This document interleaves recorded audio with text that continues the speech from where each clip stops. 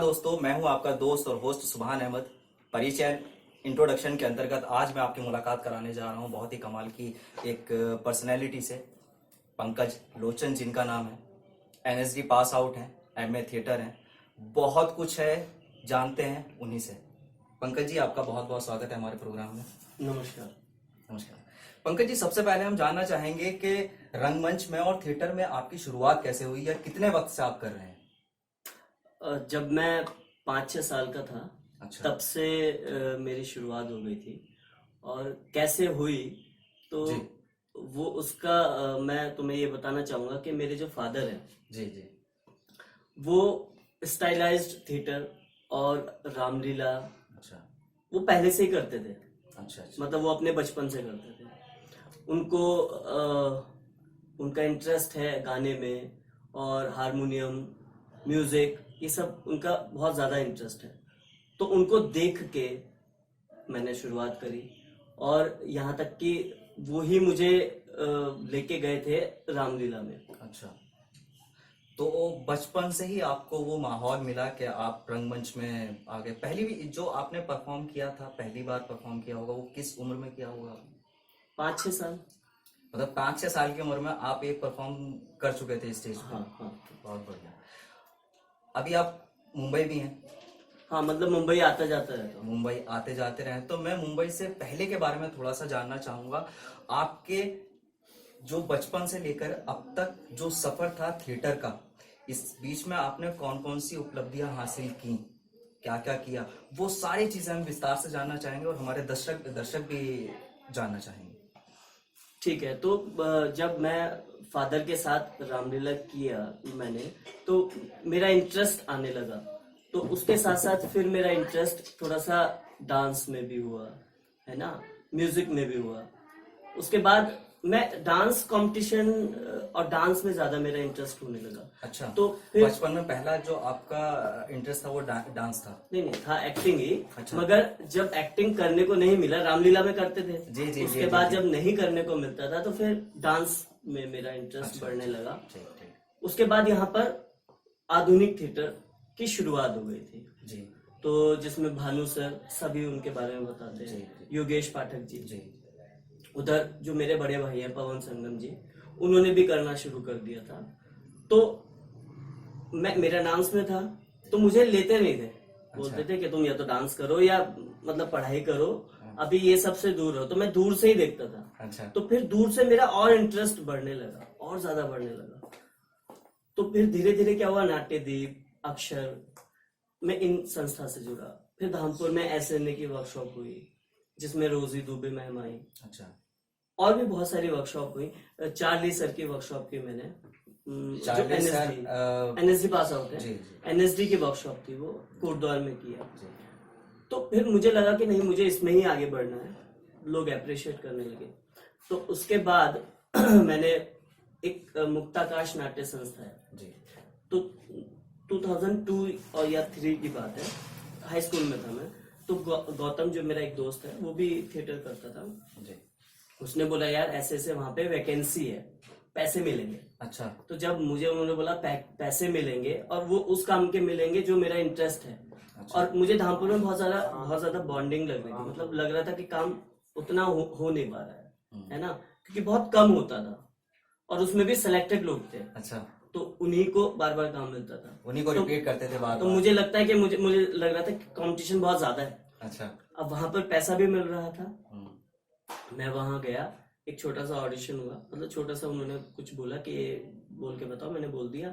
तो उन्होंने मुझे शुरुआत में 25 रुपए पर शो के वो देते। कब की बात है? कब की बात? 2003 की। 2003 की बात है। तो 25 रुपए एक शो के देते थे। स्कूल से मुझे छुट्टी मिलती थी, क्योंकि स्कूल में मैं कल्चरल इवेंट में बहुत ज्यादा एंगेज रहता था, तो वो मुझे छुट्टी दे देते थे।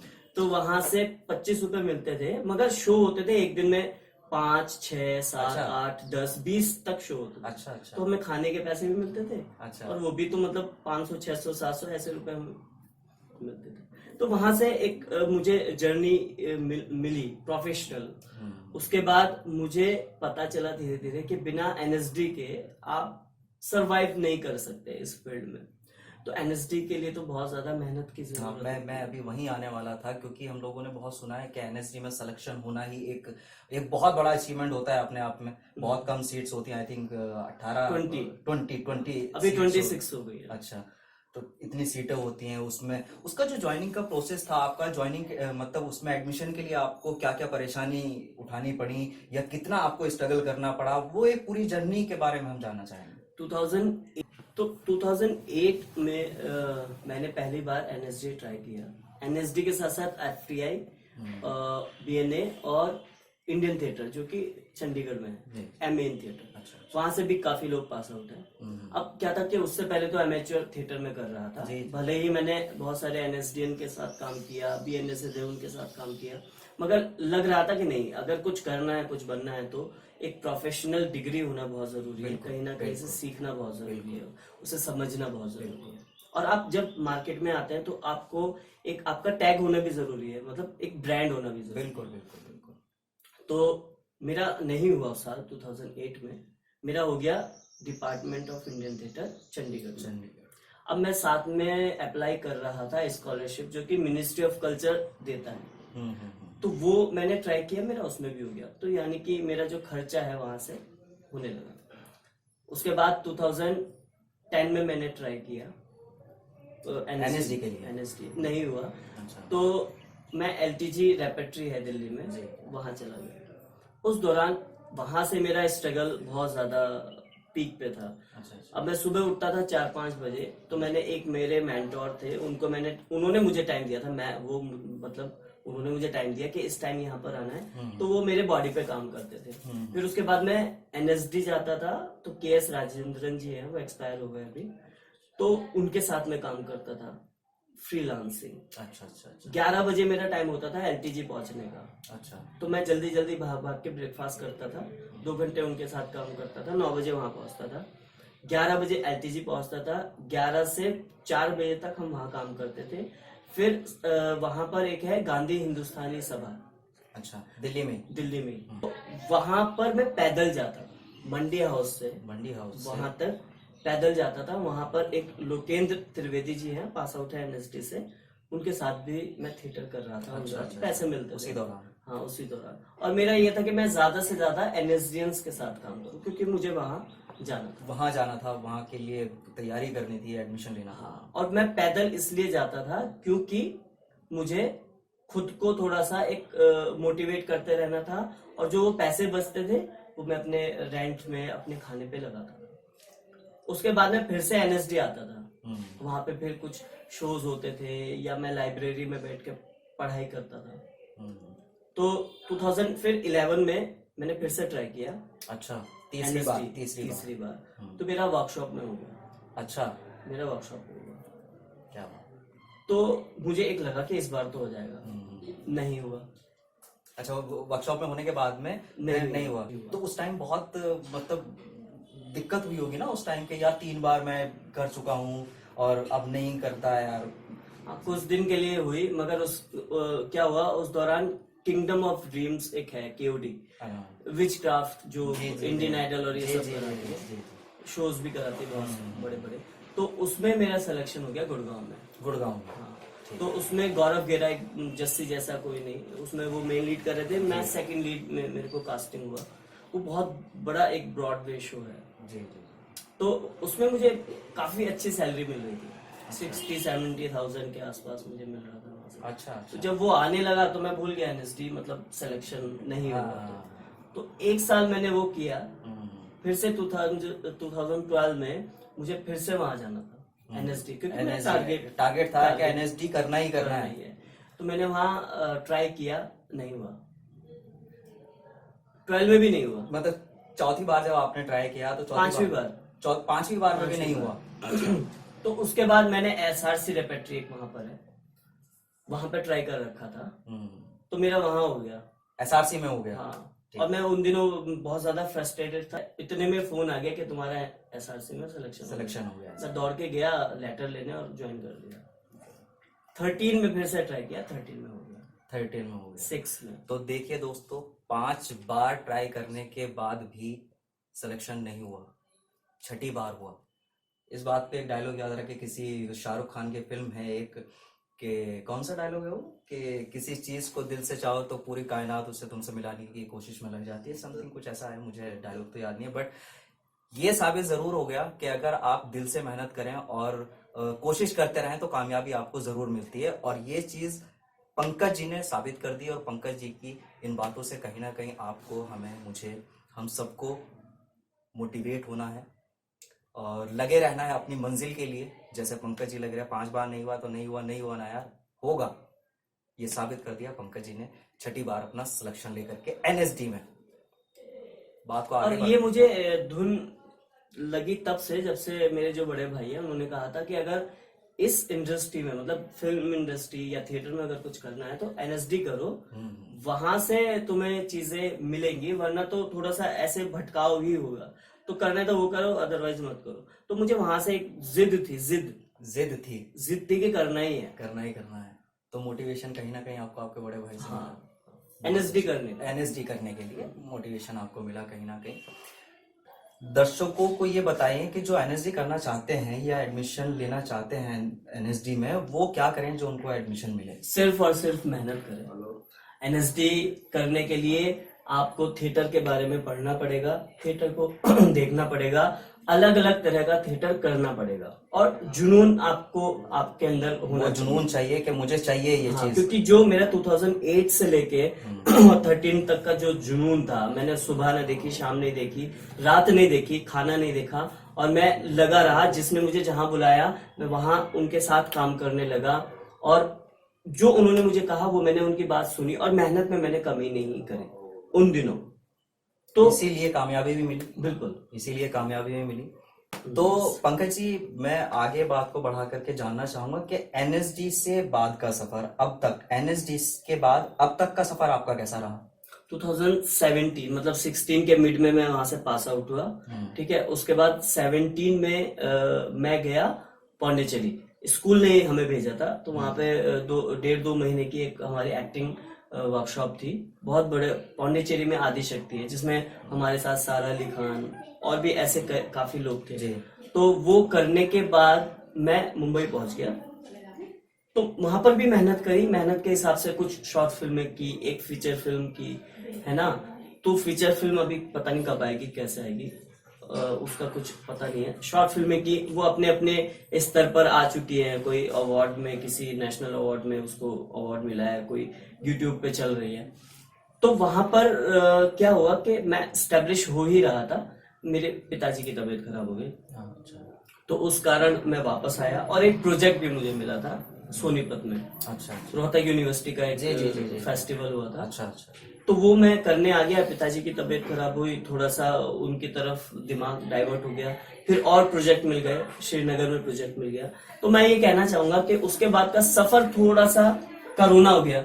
अभी है ना, कोरोना हो गया, तो सबको इफेक्ट किया। तो थोड़ा सा उसके बाद का सफर अभी मुझे लगता है थोड़ा रुक गया है। अभी धीरे धीरे फिर से पटरी पे आ जाएगा धीरे धीरे। और हम भी दुआ करते हैं कि बहुत जल्दी सारी चीजें पटरी पे आ जाएं, पंकज जी भी बहुत काम करें, और जो परेशानियां पंकज जी के इस वक्त सामने है वो दूर हों।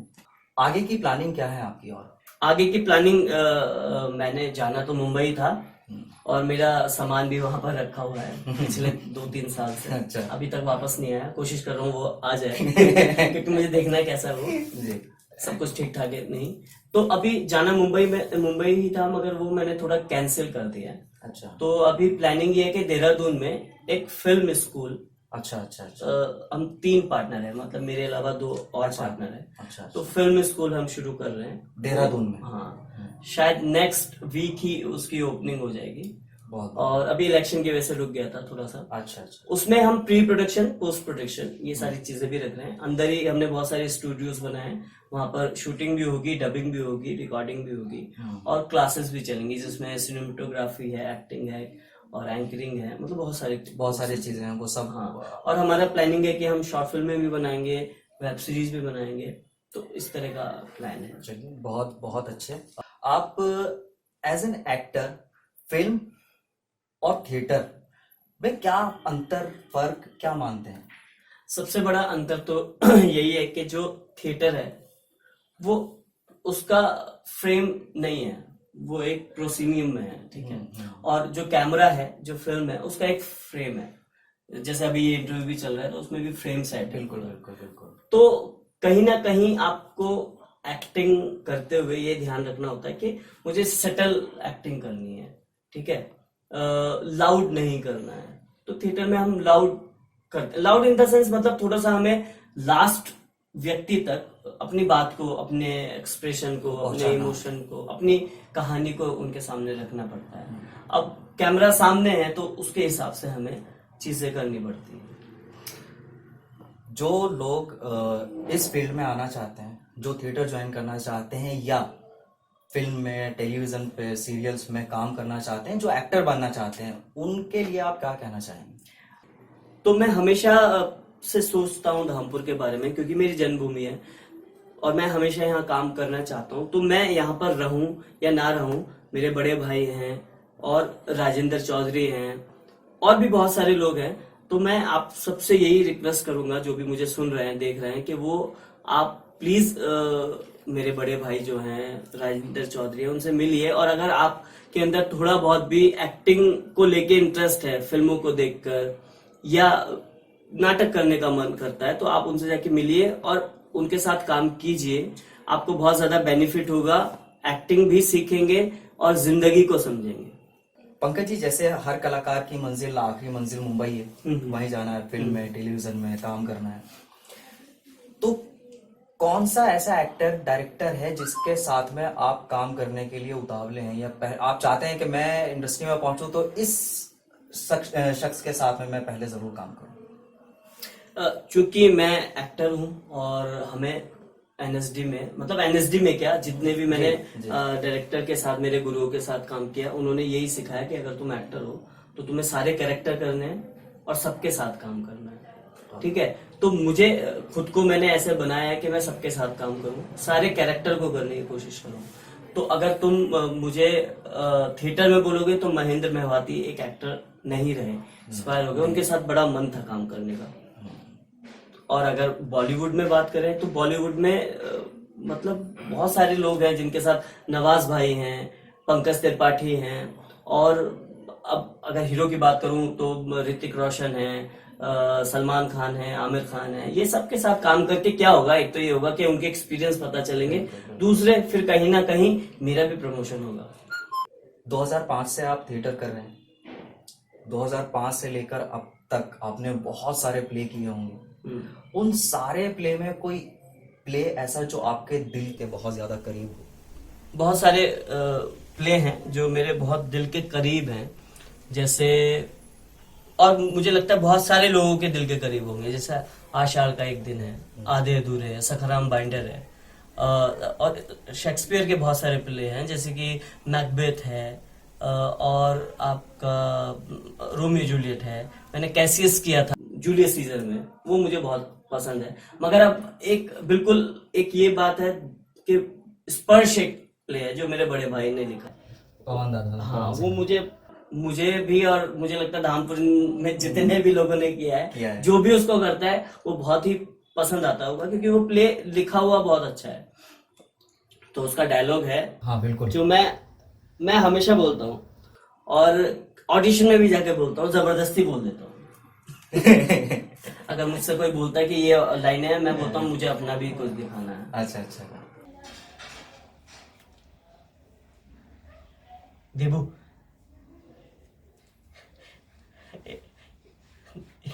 देबू, देबू, देबू उठना, देबू, देबू, हम खेलेंगे साथ में। देबू, तू उठता क्यों नहीं? देबू, देबू, मैं प्लीज, देबू, देबू, माँ ये उठ क्यों नहीं रहा? देबू उठना, देबू, देबू उठना। तू ठीक कहता था यार,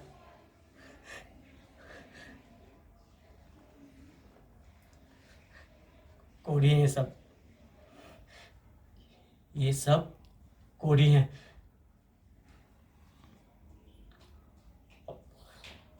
अपनी सोच से, अपने विचारों से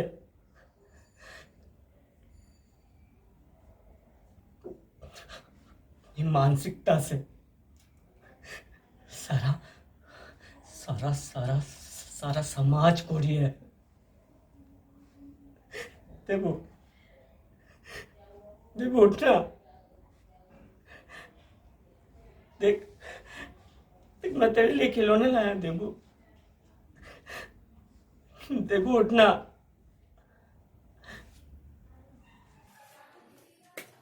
बहुत बढ़िया, बहुत बढ़िया, बहुत बढ़िया। पंकज जी, चलते चलते हमारे दर्शकों के लिए कोई मैसेज? मैसेज यही है कि मैं चाहूंगा कि धामपुर में जो पहले एक रंग था, रंग मतलब था, रंगमंच था, चारों तरफ रंग ही रंग था, हर साल में 3-4 शो वर्कशॉप होती रहती थी, तो मैं चाहता हूँ कि फिर से वो माहौल आए। तो मेरा मैसेज अभी फिलहाल जो है वो धामपुर को लेके टारगेट कर रहा हूँ कि जो भी धामपुर में जिसका भी डांस में भी अगर इंटरेस्ट है तो वो एक बार ट्राई करे थिएटर, और जिसका इंटरेस्ट है म्यूजिक में वो ट्राई करे थिएटर। तो उसके अंदर ही सब कुछ है, म्यूजिक भी उसके अंदर है, बिल्कुल, बिल्कुल। डांस भी उसके अंदर है, नाट्य शास्त्र से निकला ही डांस और म्यूजिक है, एक्टिंग जो वो मेन पिलर है। तो मैं चाहता हूँ कि एक बार फिर से धामपुर में शुरुआत हो, और जितने भी यंग लोग मुझे सुन रहे हैं, देख रहे हैं, मैं फिर से रिक्वेस्ट करूंगा कि जो भी यहाँ पर आपको पता है आप पता करें। बहुत सारे यहाँ पर हैं, सीनियर हैं जो बहुत अच्छा काम कर रहे हैं, कर चुके हैं, तो उनसे जाके मिलिए और धामपुर में फिर से एक शुरुआत हो। और मैं तो कहता हूँ कि आप भी जो 3-4 लोग हैं यहाँ पर, एक 3-4 का कोई कास्ट का कोई प्ले उठाइए और कीजिए। सहयोग राशि रखिए 50 रुपए, लोग आएंगे देखने, 50 लोग तो आएंगे, 25 लोग तो आएंगे। बिल्कुल, तो एक शुरुआत होनी चाहिए धामपुर में, जो बूम था धामपुर में वो होना चाहिए। तो मेरा यही रिक्वेस्ट है कि फिर से आप जुड़िए लोगों से जो यहाँ पर थिएटर कर रहे हैं। Thank you so much, thank you. Pankaj ji, आपने अपना कीमती वक्त दिया, उसके लिए आपका बहुत बहुत धन्यवाद, शुक्रिया। हमारी पूरी टीम, सुर संगम की हमारी पूरी टीम आपके उज्जवल भविष्य के लिए शुभकामनाएं देती है। आप बहुत तरक्की करें, आप जिंदगी में जो हासिल करना चाहते हैं वो आपको सब मिले। एक बार फिर से अपना कीमती वक्त देने के लिए बहुत बहुत शुक्रिया। Thank you so much. Thank you so much. Thank you so much. खड़ा हो जाते हैं।